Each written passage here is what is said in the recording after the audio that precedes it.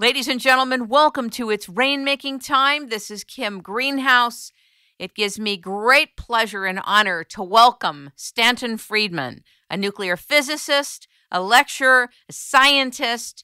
He has been practicing nuclear physics for 14 years as a professional. He was employed by GE, GM Westinghouse, TRW Systems, Aerojet General Nucleonics, and McDonnell Douglas, working in highly advanced, highly classified, and then canceled programs such as nuclear aircraft, fission, and fusion rockets, and also the impacts of nuclear power plants for space and terrestrial applications. He has been researching UFOs for 50 years, the science of UFOs. He is also the author of Flying Saucers and Science. A scientist investigates the mysteries of UFOs. He's the co-author of a book called Captured.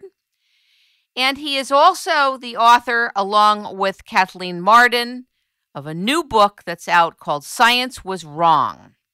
He has many DVDs and books that can be purchased, and you should go to stantonfriedman.com for that. It is my great honor to welcome one of the fathers of the scientific side of ufology, Stanton Friedman, to It's Rainmaking Time. Good morning.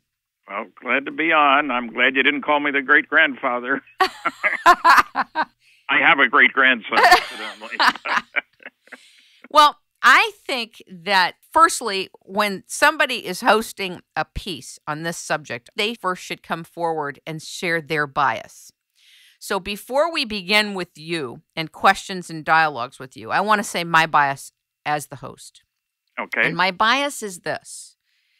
I am receptive to the possibility and the facts that we are not alone, that there has been another race of people or aliens or extraterrestrials, whatever you want to call them, that has predated humanity. I am open to the fact that witness testimonies for over 50 years and beyond have been given for people all over the world, in every country of the world, that have seen some type of craft that is not technology that we know about. I accept that there are classifications for information secrecy relative to the National Security Agency, not only in the United States of America, but in other countries of the world.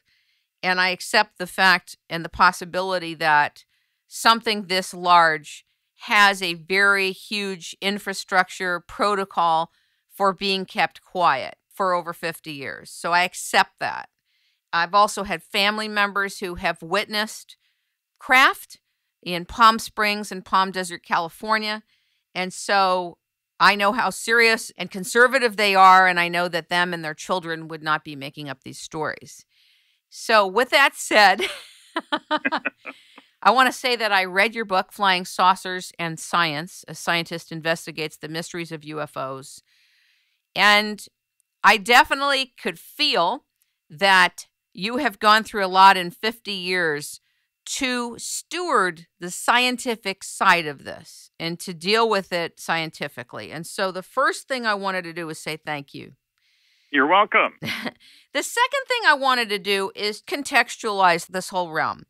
Talk a little bit about classified documents, need to know, and clearances so that the audience is familiar, that you're on the inside of this and you understand how this works. Yeah, it's one of the myths. There are many myths about national security and access to highly classified information. One of them, for example, is that anybody with, say, a secret clearance has authority to see anything that's classified secret. That is not true. There are two requirements for access to information that's classified. One is an appropriate clearance, and two is a need to know. And, for example, when I was working on nuclear airplanes, on radiation shielding, there were classified reports being done by Admiral Rickover's people on radiation shielding for nuclear submarines. And I wanted to gain access. There's a classified abstract journal, and so I saw these, and, it's just what I need to know. Well, I couldn't get access. I had the right clearance, but I didn't have a need to know.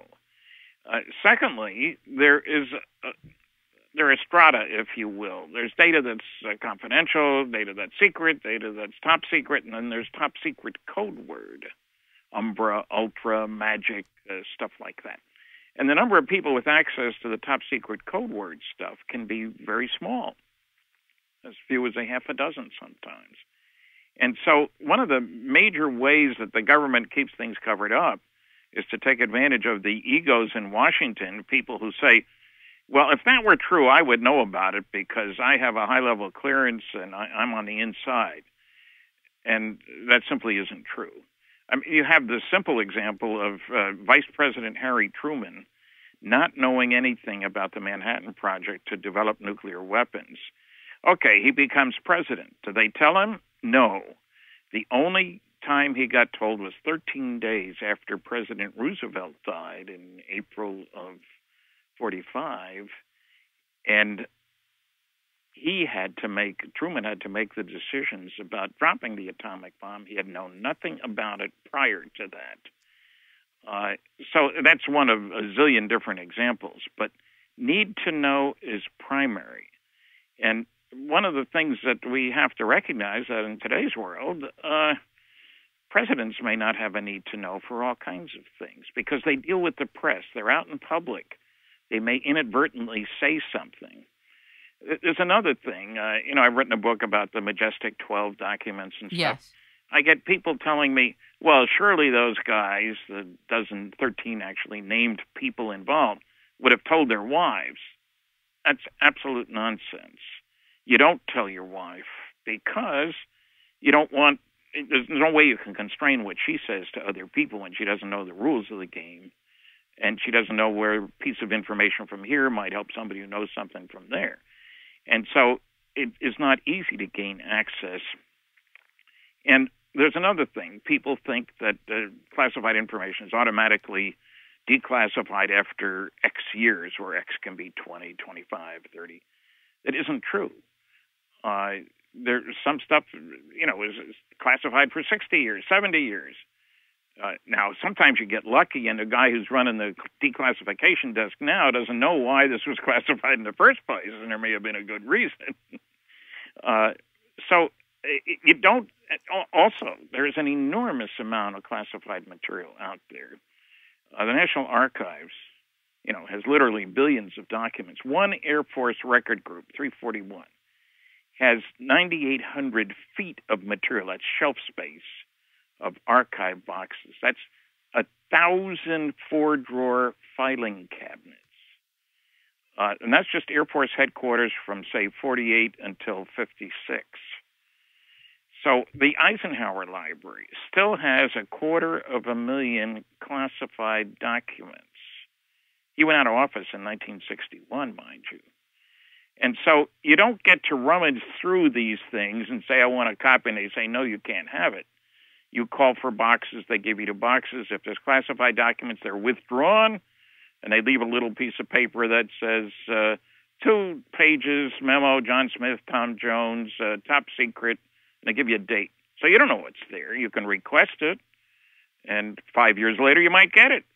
It's taken that long for some stuff that I've got. So it is not easy to break through that wall of security. And not everybody's lying to you when they say they don't have anything. Sometimes they do lie. And you run into funny situations. The National Security Agency, NSA means no such agency, or it never says anything. It took umpteen years to get access to, they admitted having, back in 1980, 156 UFO documents. We want them, you can't have them. Even the justification to the federal court judge, mind you, for withholding them was highly classified, 80% blacked out the first time around.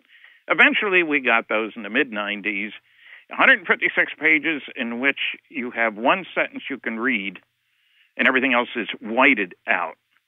And the reason for the whiteout, I was told by somebody there, was I was showing the blacked out documents on television and getting a good laugh. They say they're not covering anything up, but we don't know what's under the black. Well, now they put it under white. They think we're idiots, you understand.